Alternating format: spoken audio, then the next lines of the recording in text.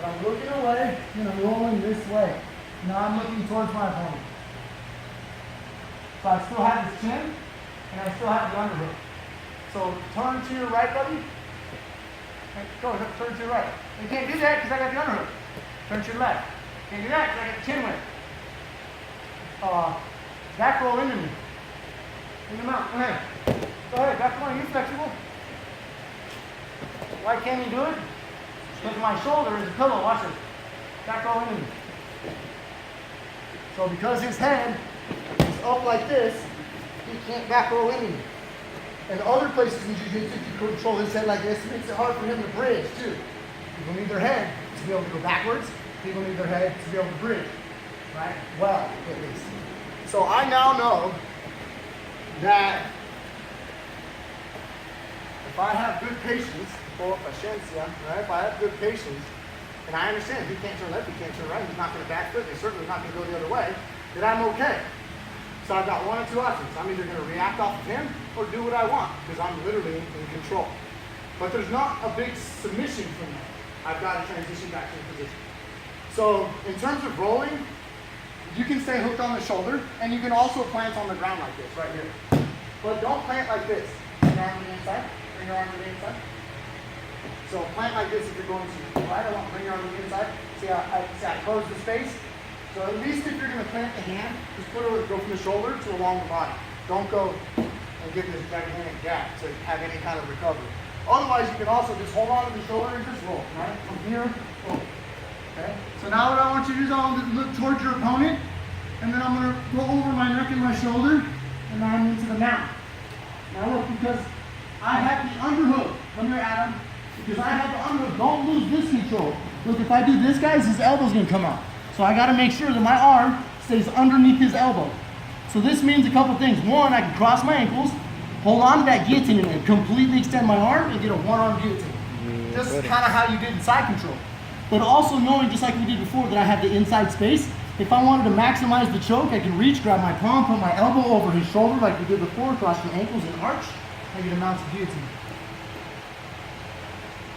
Okay, so we're going to do this roll from like half guard and from sitting guard. You can do it from butterfly guard, but I don't want you to think it's just like the only spot where turn it. We basically talked about if you would turn one way, if you would turn the other, or if you try and bridge. So what we're going to talk about now is basically hand fighting, right? So he can't hand fight with this hand.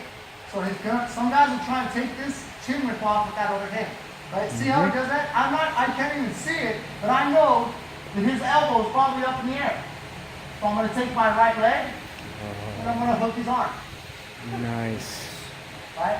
Notice that my left arm right here is still underneath his head. You guys see what I'm talking about? My biceps on the back of his head. I'm still going to lift him up, and then I'm going to go behind him.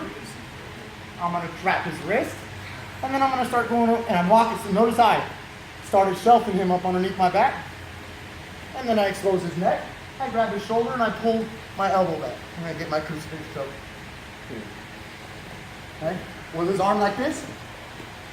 I don't know if it was, but I caught him in a crucifix, right? Yeah, it was. They'll usually go like this. They usually don't go like this and hide their arm. And if they do, I'll still show you how to do it. Okay? Oh, yeah. Here.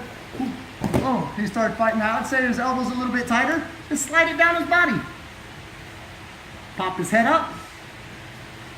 Get behind him. Look how I transfer my arm to his wrist. Ooh. Now I start to shift underneath him and expose his neck. I'm just pulling that backwards. When I grab here, I grab the palm. I do that all the time on the back.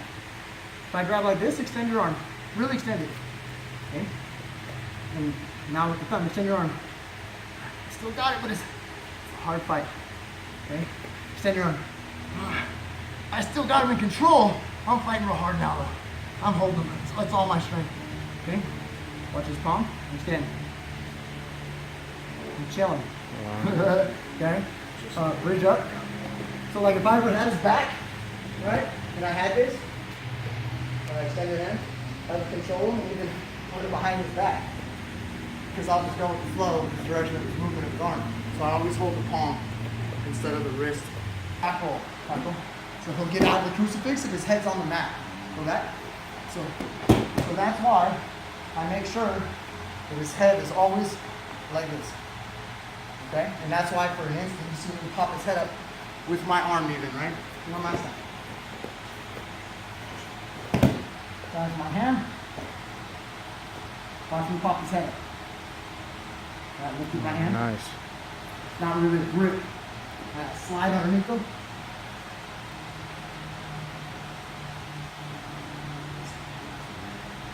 Ear to ear. Now, I'm pulling with my forearm, but half of it is this. Watch, I'll leave my forearm here, but I'll choke him with my head. Push his head. So relax my arm and just push with my head. You know what I'm saying? But say I got head control. But some of you guys may or may not know this. If I'm in half guard here, something always has to check the guard. If I sit here like this, and I don't do anything about his inside knee, just go to guard, buddy, and he's always gonna go to guard. So whether it's my knee, it's my foot, right, where it could be dug in, or it could be on the top of it, or how, right, something here. Or in some cases, it's just my hand. You know what I'm saying? But something's gotta check the guard. Sometimes we may be turned in like this, but this is just another version of my leg checking his leg, right? So this bottom guard has always gotta be checked, right? So we should know that. So whether I have let's say I have head and arm, and I use these toes. Don't be super loose, but don't resist either, okay? So like I can pass the side control, right? We know that. I can get stuck here, I can pass the mount. I can use the same foot to pass me into half guard to pass me into the mount. Does everybody know that simple stuff? Yeah? Yes. Okay, so I don't have to go big into that. But knowing that we have an underhook and head control, I'm going to do the same guard passes. I'll use my toes. Right, play half guard a little bit, let it go. A little bit live. Play half guard for me. Right? I'm going to pass the guard. Look, I've always got the underhook. Look what I'm going to do. You guys see what I'm saying? He can't fully go for underneath and go for leg locks. His arm's caught.